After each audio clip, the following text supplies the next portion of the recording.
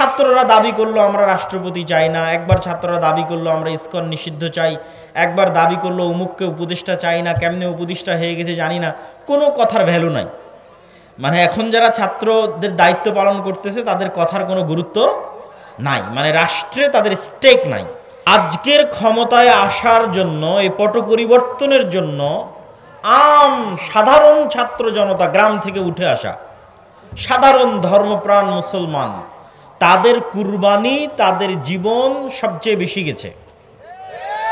যেমন আপনাদের রংপুর বিভাগের আবু সাইদ, তাদের মধ্যে ন্যূনতম দিনের জ্ঞান আছে বলেই রংপুর বিভাগের আবু সাইদের বাবা বলেছে যেন আমার ছেলের কোনো ভাস্কর্য তৈরি না হয়, মূর্তি তৈরি না হয়। এবং আবু সাইদের ফেসবুক পোস্টে গেলে দেখবেন বহু বক্তব্য শায়েখ আব্দুর রাজ্জাক বিন ইউসুফের শেয়ার দেওয়া আছে, এখনও গিয়ে চেক করতে পারেন। এবং আমি আমাদের মাসিক আল ইতেসামের সম্পাদকীয়তেও তুলে ধরেছি নভেম্বর মাসের। তো এই যে হাজার হাজার ছাত্র জনতা, ধর্মপ্রাণ মানুষ জীবন দিল, কিন্তু বর্তমান রাষ্ট্র ক্ষমতায় তাদের কোনো ক্ষমতা দেখতে পান নাই। তাহলে বর্তমান রাষ্ট্র ক্ষমতা কাদের কাছে আছে? এনজিও আলাদের কাছে আছে। এই জন্য কেউ কেউ এই সরকারকে একত্রিত করে নাম দিয়েছে এনজিও গ্রাম সরকার, মানে ব্রাক এনজিও আর গ্রামীণ ব্যাংক, তো এনজিও গ্রাম সরকার।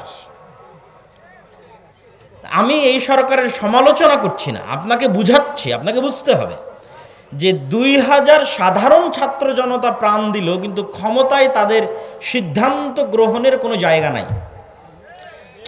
তাহলে রাষ্ট্রে স্টেক আছে কাদের? ক্ষমতা কাদের? শক্তিশালী প্রতিষ্ঠান যাদের ছিল। এটা দুনিয়ার অটোমেটিক নিয়ম। যখন ফ্যাসিজম বিদায় নিয়েছে, একটা সরকার চলে গেছে, তখন ওই দেশে যেই প্রতিষ্ঠানগুলো সবচেয়ে শক্তিশালী, ক্ষমতা অটোমেটিক তাদের হাতে চলে যায়। আপনি চাইলেও যাবে, না চাইলেও যাবে। যেমন বাংলাদেশের সবচেয়ে শক্তিশালী প্রতিষ্ঠান হচ্ছে সেনাবাহিনী। তো স্বৈরাচার বিদায়ের পর অটোমেটিক ক্ষমতা কার কাছে যাবে? সেনাবাহিনীর কাছে যাবে। তো এইরকম যাদের মিডিয়া সবচেয়ে শক্তিশালী, প্রথম আলো, ডেইলি স্টার, যারা অর্থনৈতিকভাবে যাদের প্রতিষ্ঠান সবচেয়ে শক্তিশালী, ব্রাক, 12,000 কোটি টাকা বাৎসরিক আয় ব্যয় ব্রাকের। আপনাদের বাংলাদেশের সব মাদ্রাসা মিলে 12,000 কোটি টাকা হবে কিনা আল্লাহ ভালো জানে, বাৎসরিক আয় ব্যয়। তাহলে যে শক্তিশালী প্রতিষ্ঠান যারা থাকে, অটোমেটিক তাদের কাছে ক্ষমতা চলে যায়। তো মুসলমানদের শক্তিশালী প্রতিষ্ঠান নাই, মুসলমানদের প্রতিনিধিত্ব করবে এরকম শক্তিশালী কোনো মিডিয়া নাই, মুসলমানদের প্রতিনিধিত্ব করবে এরকম শক্তিশালী কোনো অর্থনৈতিক প্রতিষ্ঠান নাই, মুসলমানদের প্রতিনিধিত্ব করবে এরকম শক্তিশালী কোনো জাতীয় প্রতিষ্ঠান নাই, যারা মুসলমানদের প্রতিনিধিত্ব করবে জাতীয় পর্যায়ে, মেইন স্ট্রিমে নাই। মুসলমানেরা হচ্ছে হুজুগে বাঙালি। আপনি যদি বলেন আমি 5 বছরের জন্য ভোটে যাওয়ার জন্য চেষ্টা করব, তো আপনি 5 বছরের এখনই ক্ষমতায় যাওয়ার জন্য চেষ্টা করবেন, কালকে আপনি ক্ষমতায় থাকবেন না, কালকে আপনিও ক্ষমতা থেকে বিদায় নেবেন। কিন্তু যদি আপনি বলেন যে না, আমি শক্তিশালী প্রতিষ্ঠান তৈরি করব আগামী 50 বছরকে সামনে রেখে, আগামী 100 বছরকে সামনে রেখে, তো এরকম হাজারো শাসক আসবে যাবে, কিন্তু আপনার শক্তিশালী প্রতিষ্ঠানের কারণে ক্ষমতায় আপনার স্টেক চিরস্থায়ী হবে। এই জন্য মুসলমানদের শক্তিশালী প্রতিষ্ঠান তৈরি করার দিকে মনোযোগ দিতে হবে। আপনি আজকে আমেরিকার ক্ষমতায় ডোনাল্ড ট্রাম্প আসুক আর জো বাইডেন আসুক, ক্ষমতা মূলত ইহুদিদের হাতে। কেন ইহুদিদের হাতে? জো বাইডেনও ক্ষমতায় আসতে চাইলে ইহুদি মিডিয়া ব্যবহার করতে হবে, ডোনাল্ড ট্রাম্পও ক্ষমতায় আসতে চাইলে ইহুদি মিডিয়া ব্যবহার করতে হবে। বাইডেন ক্ষমতায় আসতে চাইলেও টাকা ইহুদি ব্যাংকের কাছ থেকে, কোম্পানির কাছ থেকে নিতে হবে।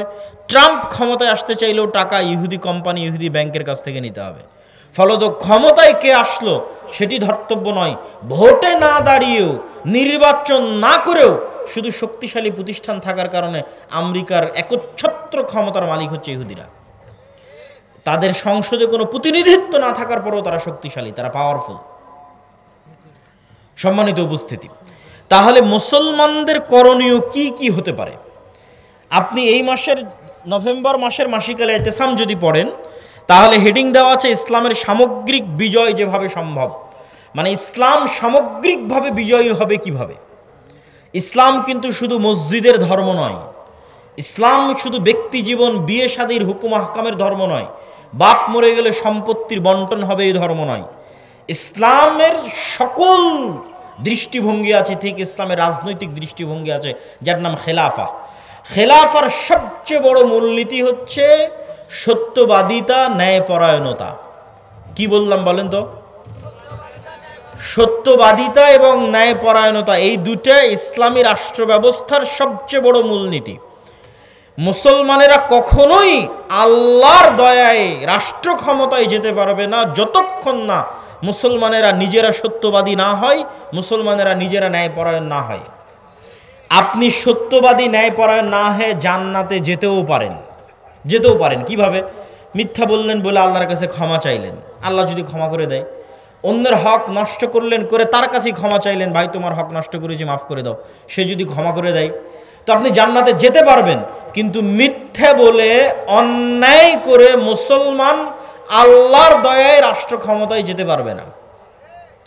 কেন পারবে না আল্লাহর দয়ায় মুসলমান রাষ্ট্র ক্ষমতায় যেতে? এই পুরো পৃথিবীর একচ্ছত্র ক্ষমতার মালিককে।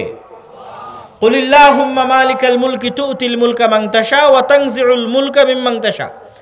আল্লাহ এই পৃথিবীর একচ্ছত্র ক্ষমতার মালিক, যাকে ইচ্ছা তাকে রাজত্ব দেন, যাকে ইচ্ছা তার কাছ থেকে রাজত্ব ছিনিয়ে নেন। ছিনিয়ে নেওয়া মানে লোহাকে চট বা ছালার মধ্যে ঢুকানোর পর লোহাকে টান দিলে যেমন চট ছালার ছাল বাকলা উঠে আসে, এটার নাম ছিনিয়ে নেওয়া। আল্লাহ এভাবে রাষ্ট্র ক্ষমতা ছিনিয়ে নেয়।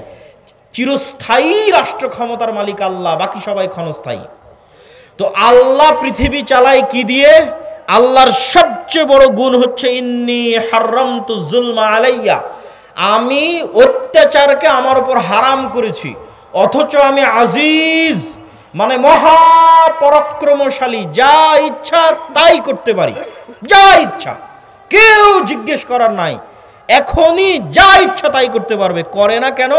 আজিজুন হাকিম, ক্ষমতা থাকার পরেও তিনি প্রজ্ঞাময়, এই জন্য ন্যায় বিচার করেন। প্রত্যেকটা বান্দা, পশু পাখি, কীট পতঙ্গ, পঙ্গপাল, সবার সাথে আল্লাহ কি করেন? ন্যায় বিচার করেন। আর এই পুরো পৃথিবী তিনি নিষ্ঠার সাথে, সঠিক মানদণ্ডের সাথে, সূর্যকে কখন উঠতে হবে, চন্দ্রকে কখন ডুবতে হবে, রাত কখন হতে হবে, দিন কখন হতে হবে, বৃষ্টি কখন হতে হবে, কে কখন মারা যাবে, কার কখন জন্ম হবে, প্রত্যেকটা বিষয় পুঙ্খানুপুঙ্খরূপে সাজানো আছে এক নিখুঁত মানদণ্ডে, ন্যায় বিচারে, ন্যায় নিষ্ঠার সাথে, সত্যবাদিতার সাথে আল্লাহ পৃথিবী চালান।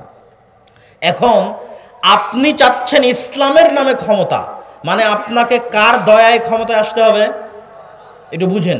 আমি চাচ্ছি যে আমি ইসলামের নামে ক্ষমতায় যাব, মানে ইসলামকে ক্ষমতায় নিয়ে যাব। তো আমাকে কার দয়ার দরকার হবে? আল্লাহর দয়ার। তো আল্লাহ তার ক্ষমতা বন্টন করে রেখেছেন ন্যায় পরায়ণতা, ন্যায় বিচারের সাথে। আর আপনি আপনার বোনের সম্পত্তি দিয়েছেন ওই জায়গাতে যেখানে জমির দাম কম। দিয়েছেন না দেননি? আপনি আপনার বোনের সম্পত্তি, আপনার বোন আপনাকে না বলে বিক্রি করে দিয়েছে, এই জন্য মন খারাপ করে বোনকে আপনি আর আপনার বাড়িতে জায়গা দেন না। তো আল্লাহ ওই সম্পত্তি আপনার বোনকে দিয়ে গেছে, কিন্তু এই সম্পত্তির উপর আপনি অধিকার খাটাচ্ছেন। আপনি হচ্ছেন অন্যায়পরায়ণ। আপনি বোনের কাছে ক্ষমা নিয়ে জান্নাতে যেতে পারলেও আল্লাহ কোনোদিন আপনাকে রাষ্ট্র ক্ষমতা দিবেন না। গোলামি থাকবেন। অসংখ্য পদে পদে মুসলমানেরা রাষ্ট্র ক্ষমতায় যেতে পারছে না কেন? মুসলমানেরা মনে করেছে আমি বাহ্যিক যে ইবাদতগুলো আছে, এই বাহ্যিক ইবাদতগুলো দিয়ে মানুষকে ফাঁকি দিব, আল্লাহকে ফাঁকি দিব। এর নাম মুনাফিকি। এর নাম কি? মুনাফিকি। বাহ্যিক ইবাদত কি? সালাত, সিয়াম, হজ, যাকাত, এগুলো বাহ্যিক ইবাদত। সে আসলে চোর, সে আসলে মিথ্যুক, সে আসলে বাটপার, কিন্তু সেই বাহ্যিক ইবাদত দিয়ে তার মুনাফিকি ঢাকতে চায়। রাসূলুল্লাহ সাল্লাল্লাহু আলাইহি ওয়াসাল্লাম বলেছেন, আরবাউন মান কুন্না ফিহ, চারটা বৈশিষ্ট্য যার মধ্যে থাকবে, মুনাফিকান খালিসা, সে নিখুঁত মুনাফিক। এক, ইযা হাদ্দাসা কাযাবা, কথা বললে মিথ্যা বলে। ওয়া ইযা ওয়া'আদা আখলাফা, ওয়াদা করলে ভঙ্গ করে। ওয়া ইযা তুমিনা খানা, আমানত রাখা হলে খেয়ানত করে। আমানত কি? ওসির দায়িত্ব আমানত, ডিসির দায়িত্ব আমানত, প্রধানমন্ত্রীর দায়িত্ব আমানত, প্রিন্সিপালের দায়িত্ব আমানত, আপনি ভাই এটাও আমানত, আপনি পিতা এটাও আমানত, আপনি মেম্বার চেয়ারম্যান এটাও আমানত, আপনি এসিল্যান্ড সাব রেজিস্ট্রার এটাও আমানত। এই প্রত্যেকটা দায়িত্ব হচ্ছে আমানত। আমানতের খেয়ানত করে এরা হচ্ছে খাঁটি মুনাফিক। তো এই যে খাঁটি মুনাফিক, এই মুনাফিকিটা ঢাকতে ও হজ করতে যায়। বুঝেননি মনে হয় আমার কথা? খাঁটি মুনাফিক, কিন্তু মুনাফিকি ঢাকতে জালসার অতিথি হয়ে দান করে নিজেকে দানবীর দেখাতে চায়। করেনি, প্রশ্ন ফাঁস করে বলছে আমি এই টাকা আল্লাহর রাস্তায় দান করলাম। আমরা আলেম সমাজ ব্যর্থ, বুঝাতে পারিনি যে ইসলাম কাকে বলে, এটা বুঝাতে পারিনি। সে মনে করে নিয়েছে ইসলাম মানে আমি সালাত আদায় করলাম, আমি হজ পালন করলাম, আমি সিয়াম পালন করলাম, বাহ্যিক আমল ঠিক তো আমি ঠিক, কিন্তু ও তো মুনাফিক। আল্লাহর নবী বলছেন মুনাফিক। তাকে যে দায়িত্ব দেওয়া হয়েছে ওই দায়িত্বে খেয়ানত করেছে, কিন্তু সেই মুনাফিকি ঢাকতে ও নিজেকে দানবীর দেখিয়েছে। মুনাফিকি ঢাকতে মানুষের সামনে বলেছে আমি তাহাজ্জুদের সালাত আদায় করি। তো এই ধরনের 2 নম্বরই বাটপারি, অন্যায়কারী, দুর্নীতিবাজদের আল্লাহ কখনোই তার দয়ায় রাষ্ট্র ক্ষমতা দিবেন না। মুসলমানেরা যদি বলে গোলাম থাকবো না, ক্ষমতা চাই, তাহলে প্রথমত সত্যবাদী হতে হবে, ন্যায় পরায়ণ হতে হবে আল্লাহর নবীর মতো। মুহাম্মদ সাল্লাল্লাহু আলাইহি ওয়াসাল্লাম মক্কায় অন্য কোনো কিছুর জন্য প্রসিদ্ধ ছিলেন না, সত্যবাদিতার জন্য প্রসিদ্ধ ছিলেন, আমানতদারিতার জন্য প্রসিদ্ধ ছিলেন, ন্যায় পরায়ণতার জন্য প্রসিদ্ধ ছিলেন। তার ন্যায় পরায়ণতা, আমানতদারিতা, সত্যবাদিতার অসংখ্য ঘটনা শোনানো যাবে, কিন্তু এতটুকু বলে শেষ করি, আল্লাহর নবী যদি সত্যবাদী, আমানতদার, ন্যায় পরায়ণ না হতেন, তাহলে আবু সুফিয়ান কোনোদিন তার হাতে ইসলাম গ্রহণ করতো না। আবু সুফিয়ান আল্লাহর নবীর চিরশত্রু, কিন্তু আবু সুফিয়ান জানে যে মুহাম্মদ সাল্লাল্লাহু আলাইহি ওয়াসাল্লাম সত্যবাদী। আবু সুফিয়ান জানে যে মুহাম্মদ সাল্লাল্লাহু আলাইহি ওয়াসাল্লাম ন্যায়পরায়ণ। সম্মানিত উপস্থিতি, তাহলে মুসলমানেরা যদি চায় রাষ্ট্র ক্ষমতায় যেতে, এক, ব্যক্তিগত জীবনে সত্যবাদী হতে হবে, ন্যায়পরায়ণ হতে হবে। ন্যায়পরায়ণ হওয়া খুবই কঠিন। বহু সালাফে সালিহিন বিবাহ করেননি, স্ত্রীর সাথে ন্যায়পরায়ণতা করতে পারবেন না এই ভয়ে। জিজ্ঞেস করেন আপনি নিজেকে, আমি নিজেকে যদি জিজ্ঞেস করি, প্রত্যেকটা মানুষ যদি নিজেকে জিজ্ঞেস করে সে তার স্ত্রীর সাথে ন্যায়পরায়ণ কিনা, উত্তর দিতে পারবে না সে ন্যায়পরায়ণ কিনা। স্ত্রীর সাথে ন্যায়পরায়ণ কিনা এই হিসাব দিতে কিয়ামতের মাঠে ফেসে যাবেন আপনি। বোনের সাথে ন্যায় বিচার করেছেন কিনা এই হিসাব দিতে কিয়ামতের মাঠে ফেসে যাবেন। আমরা বাঙালিরা আমাদের প্রত্যেকটা ধাপে ধাপে চরম দুর্নীতিবাজ। প্রত্যেকটা AC land sub registrar, 90% AC land sub registrar, OC, DC, নামাজি, আল্লাহওয়ালা, হাজি, উমরাকারী, কিন্তু নিজ নিজ দায়িত্বে আমানতের খেয়ানতকারী, মানে সব মুনাফিক। মুনাফিকি ঢাকতে বাহ্যিক ইবাদতগুলো করছে। এরা আজীবন গোলাম থাকবে, এদের পরবর্তী প্রজন্ম গোলাম থাকবে। স্বাধীন হতে চাইলে, মুক্ত হতে চাইলে ন্যায় বিচারক হতে হবে, সত্যবাদী হতে হবে, ন্যায়পরায়ণ হতে হবে, তাহলে স্বাধীন হবে, বাংলাদেশ স্বাধীন হবে। 3 নাম্বার, ইসলামকে যদি রাষ্ট্র ক্ষমতায় নিয়ে যেতে চান, তাহলে মুসলমানদেরকে তাদের কলোনিয়াল মাইন্ড সেট আপ, 190 বছর ব্রিটিশদের অধীনে আমরা যে গোলামির জীবনযাপন করেছি, এই কলোনিয়াল মাইন্ড সেট আপ থেকে বের হয়ে এসে আপনাকে কট্টর হতে হবে নিজের দিনের উপর। নিজের দিনের উপর কট্টর হতে কেন বললাম? সারা পৃথিবী তার দিনের উপর কট্টর হচ্ছে, সারা পৃথিবী। আপনি ইহুদিদেরকে দেখেন, তারা তাদের দিনের উপর শতভাগ কট্টর, পৃথিবীর কাউকে পরোয়া করে না, কোনো কম্প্রোমাইজ নাই, তার দিন সে পালন করবে। পাশের ভারতকে দেখেন, হিন্দুত্ববাদী তার নামে, উগ্রবাদী তার নামে 10 বছর থেকে ভারতে ক্ষমতায় আছে। তারা তাদের নিজের দিনের উপর শতভাগ 100% কট্টর, কট্টর ও কঠোর। তারপরও মানুষ তাদেরকে সন্ত্রাসী বলতেছে না, জঙ্গি বলতেছে না। আর মুসলমান শুধু পেয়েছে কম্প্রোমাইজ করা, আর কিছু না। মুসলমান শুধু নিজেকে সাধু দেখাতে চায় পৃথিবীর কাছে, বলে আমি অনেক বড় সেকুলার, আমি অনেক বড় লিবারেল। পৃথিবী বলছে আমি অনেক বড় হিন্দু, পৃথিবী বলছে আমি সবচেয়ে শক্তিশালী ইহুদি। মুসলমান বলছে আমি সেকুলার, আমি লিবারেল, আমি অনেক উদার, আমি অসাম্প্রদায়িক, আমি সেকুলার, আমি ধর্মনিরপেক্ষ, আমি খুব ভালো। অথচ পৃথিবী বলছে আমি শক্তিশালী হিন্দু, আমি কট্টর হিন্দু। পৃথিবী বলছে আমি কট্টর ইহুদি, আর পৃথিবী বলছে আমি কট্টর খ্রিস্টান। আর মুসলমানকে যদি 2টা থাপ্পড় দিচ্ছে তাও উঠে বলতেছে ভাই আমি খুব সাধু। ওকে যদি হত্যা করছে তাও বলছে আমি খুব সাধু, আমি সেকুলার, আমি লিবারেল। এই কম্প্রোমাইজ করে স্বাধীনতা টিকবে না।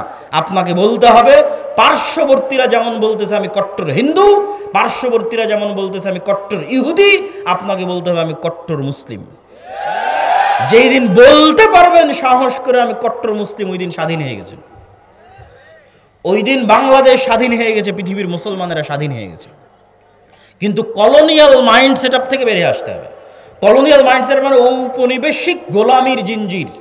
সারা পৃথিবীতে মুসলমানেরা যেখানে যত সমস্যায় আছে, প্রত্যেক সমস্যার পিছনে ঔপনিবেশিক গোলামির জিঞ্জির আছে।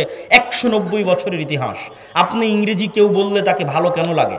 ইংরেজি বললে তার চাকরি কেন হয়? বাই ডিফল্ট কেন এরকম মনে হয়? অথচ মদিনা বিশ্ববিদ্যালয়ে পড়তে গিয়ে এক আফ্রিকান বন্ধু, তার সেকেন্ড ল্যাঙ্গুয়েজ হচ্ছে ফরাসি। তার সেকেন্ড ল্যাঙ্গুয়েজ কেন ফরাসি হবে? আর আমার সেকেন্ড ল্যাঙ্গুয়েজ কেন ইংরেজি হবে? ও ছিল ফ্রান্সের গোলাম, আমি ছিলাম ইংল্যান্ডের গোলাম। আফ্রিকান কান্ট্রিগুলো ছিল ফ্রান্স, ইতালি এবং স্পেনের গোলাম, আমরা ছিলাম ইংল্যান্ডের গোলাম। এই জন্য আমাদের কাছে ইংরেজি ভালো লাগে, ওদের কাছে ফরাসি ভালো লাগে। অথচ আপনি ইংল্যান্ডের এরিয়া পার হয়ে ফ্রান্সে যান, ইতালিতে যান, স্পেনে যান, কোথাও ইংরেজি নাই।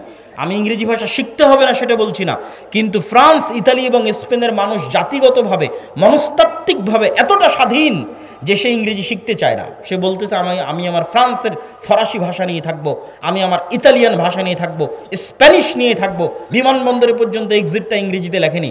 তাহলে স্পেন, ফ্রান্স, ইতালির মানুষ মনস্তাত্ত্বিকভাবে কোন পর্যায়ের স্বাধীন, আর আমি মনস্তাত্ত্বিকভাবে কোন পর্যায়ের গোলাম? কেন একজনকে প্যান্ট শার্ট পরা দেখলে তাকে স্মার্ট মনে হয়, আর আরেকজনকে এরকম জুব্বা পরা, লম্বা দাড়ি দেখলে আনস্মার্ট মনে হয়? এটা 190 বছরের লিগ্যাসি আমরা বহন করে আসতেছি, কারণ আমাদের বাপ দাদারা 190 বছর যাবৎ ব্রিটিশদের গোলামি করেছে। তো ব্রিটিশরা প্যান্ট শার্ট পরতো, গলায় টাই থাকতো, এই জন্য ওটা দেখতে আমাদের অজান্তে স্মার্ট মনে হয়, আর ওটা না দেখলে আমাদের অজান্তে আনস্মার্ট মনে হয়। ভাইয়ের সাথে আমার একটা স্মৃতি আছে, স্মৃতি বলতে দেখার স্মৃতি নয়। যেহেতু এই অঞ্চল আমার নানির বাড়ির অঞ্চল, তো ছোটবেলায় আমাদের এই অঞ্চলে কেটেছে। তো ওনার আব্বার ছবির সাথে ওনার ছবি বিভিন্ন জায়গায় পোস্টারে আমি অনেক ছোটতে দেখেছি। তখন বয়স 7-8 বছর হবে, অথবা 9-10 বছর হবে। তো তার নামের শেষে লিঙ্কন নামটা ছিল। তো তখন থেকে আমার কাছে এটা অপছন্দ হতো যে একজন মুসলমানের সন্তান কিভাবে লিঙ্কন নাম রাখতে পারে। আমি কিন্তু তাকে তখন চিনিও না, দেখিও নি, কিন্তু আমার আম্মা আমাকে যেভাবে শিখিয়েছে সেইভাবে আমি শিখেছি। তো ওই স্মৃতিটা আমার মনে আছে যে তার নাম আমি পোস্টারে পড়েছি, তার ছবি আমি পোস্টারে দেখেছি, এবং এই নাম আমি তখন থেকে অপছন্দ করতাম যে মুসলমানের সন্তান কেন লিঙ্কন নাম রাখবে। কিন্তু কোনোদিন ভাবিনি যে এইভাবে ঘুরতে ঘুরতে একদিন তিনি পাশে এসে বসবেন, আর তিনিও দিনদার হিসেবে হয়তো হতে পারে আল্লাহর কাছে তিনি আমার চেয়ে বেশি প্রিয়। হতে পারে না? পারে না? হতে পারে। আল্লাহর কাছে কত মানুষ আছে দুনিয়াতে প্রসিদ্ধ কিন্তু আল্লাহর কাছে অপ্রসিদ্ধ, আর কত মানুষ আছে দুনিয়াতে অপ্রসিদ্ধ কিন্তু আল্লাহর কাছে এবং আসমানে প্রসিদ্ধ। তো যেটি বলছিলাম আর কি, এই যে কলোনিয়াল মাইন্ড সেটআপ, যে আপনার নামটা একটু ইংরেজি ইংরেজি হবে তাহলে আপনাকে ভালো লাগবে, এটা 190 বছরের গোলামির জিঞ্জির বহন করে বেড়াচ্ছেন। এটা থেকে ঝেড়ে ফেলে বের হতে হবে না। আমার আরবি নামের উপর আমি সন্তুষ্ট, আমার ইসলামের আকীদা এবং আদর্শের উপর আমি সন্তুষ্ট এবং শতভাগ কট্টর। শিখবেন কাদের কাছ থেকে? হিন্দুর কাছ থেকে। শিখবেন কার কাছ থেকে? ইহুদির কাছ থেকে। একটা শিখকে দেখান দেখি ওর মাথার চুল কাটে কিনা, একটা শিখকে দেখান দেখি মুখের দাড়ি ছাড়া আছে। একটা ইহুদি যদি শতকরা হিসাব করেন ইহুদি পাড়ায় গিয়ে কতজন ইহুদি দাড়ি রেখেছে, শতভাগ 90 জন ইহুদি দাড়ি রেখেছে। আর মুসলমানকে দাড়ি রাখতে নাকি আনস্মার্ট লাগে, এই জন্য মুসলমান দাড়ি রাখে না। মুসলমানকে দাড়ি রাখলে খ্যাত খ্যাত লাগে, মুসলমানকে দাড়ি রাখলে সমাজে মানুষ কি মনে করবে এই মনে করে সে দাড়ি রাখে না। এটা হচ্ছে গোলামির মানসিকতা। এই গোলামির মানসিকতা থেকে যখন বের হয়ে কট্টর হবেন, আমার নবী দাড়ি রেখেছে আমিও দাড়ি রাখবো, তাতে মরি বাঁচি মরবো, তখন সেই দিন স্বাধীন। সেই দিন বাংলাদেশ স্বাধীন, আপনি স্বাধীন। তার আগ পর্যন্ত গোলামির জিঞ্জির আপনার গলায় এবং আমার গলায়। সম্মানিত উপস্থিতি, তো যেটি বলতে চাচ্ছিলাম যে বাংলাদেশ বা আমাদেরকে যদি আমরা চাই যে রাষ্ট্র ক্ষমতা ইসলাম যাক, তাহলে তার সারমর্ম হিসেবে 3টে বা 4টে পয়েন্ট, তারপরে আরও কিছু বক্তব্য দিব গুরুত্বপূর্ণ বর্তমান চলমান কিছু বিষয়, সেটি তো আপনাদের কিছু শিক্ষণীয় আছে। তো সারমর্ম 4টে বিষয় কি কি রাষ্ট্র ক্ষমতায় যদি যেতে চান। 1 নাম্বার, আপনাকে বুঝতে হবে যত তন্ত্রমন্ত্র আছে এগুলো তৈরি করা হয়েছে ইসলাম যেন রাষ্ট্র ক্ষমতায় না যায়। তাহলে আপনাকে আপনার ঈমান বাঁচাতে এই তন্ত্রমন্ত্রকে অস্বীকার করতে হবে। কি করতে হবে? অস্বীকার করতে হবে। আমাই ইয়াকফুর বিত্তাগুত, যেমন ইব্রাহিম আলাইহিস সালাতু ওয়াস সালাম বলেছিল কাফারনা বিকুম, শোনো তোমরা যার ইবাদত করো, তোমরা যেই সমস্ত মূর্তি পূজার ইবাদত করো তোমাদেরকে আর তোমাদের এই মূর্তি পূজাকে আমি কুফরি করলাম, কাফের হয়ে গেলাম, তোমাদের এই মূর্তি পূজার অস্বীকার করলাম। আপনাকে এইভাবে অস্বীকার করতে হবে যে আমি গণতন্ত্রের কাফের, আমি সেকুলারিজমের কাফের, তাহলে আপনার ঈমান বাঁচবে, ঈমান ঠিক থাকবে, আকীদা ঠিক থাকবে। তো আমি ঈমান এনেছি কিসের উপর? ইসলামিক খেলাফত ব্যবস্থার উপর। আর বাকি যত তন্ত্রমন্ত্র আছে এগুলোর আমি কাফের, এগুলো অস্বীকার করি ওপেন প্রকাশ্যে, কেননা এগুলোর অস্বীকারের মধ্যে ইসলামের ক্ষমতার উত্থান আছে, আর এগুলোর অস্বীকারের মধ্যে ইসলামের ক্ষমতার, এগুলো অস্বীকার না করলে ইসলামের ক্ষমতার উত্থান নাই। দুই, আপনাদেরকে ব্যক্তিগত জীবনে সত্যবাদী এবং ন্যায়পরায়ণ হতে হবে, না হলে আল্লাহর দয়ায় আল্লাহ আপনাকে ক্ষমতা দিবে না। আল্লাহ জালেমকে, মিথ্যুককে ক্ষমতা দেয় না, আল্লাহ ন্যায়পরায়ণ সত্যবাদীকে তার দয়ায় ক্ষমতা দেয়। আপনার সালাত সিয়াম তখনই কাজে লাগবে যখন আপনার সালাত সিয়াম মুহাম্মদ সাল্লাল্লাহু আলাইহি ওয়াসাল্লামের মতো হবে।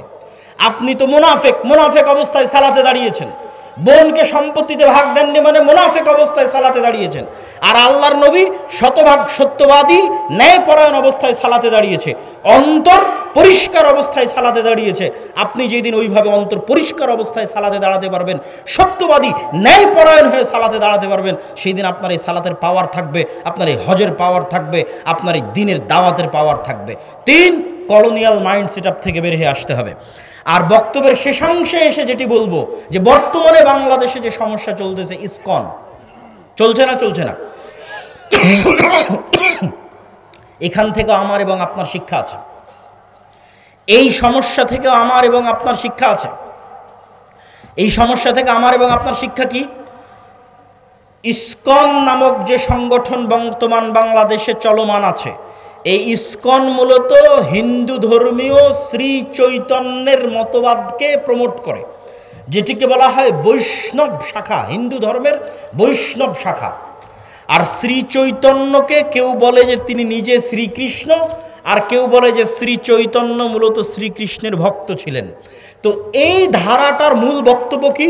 এই ধারাটার শ্রী চৈতন্যের মূল বক্তব্য হচ্ছে হিন্দুদের মধ্যে যে জাতপাতের ভেদাভেদ আছে, হিন্দুদের মধ্যে জাতপাতের ভেদাভেদ আছে, ব্রাহ্মণ, ক্ষত্রিয়, শূদ্র, এরকম চারটে ভাগে তারা বিভক্ত।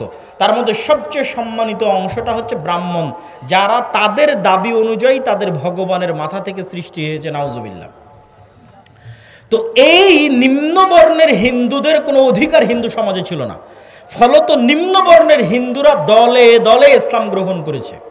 কেননা ইসলামের সবাই সমান, ইসলামে কোনো জাত নাই, পাত নাই, কালার নাই, রং নাই, বর্ণ নাই, ভাষা নাই, কিছু নাই।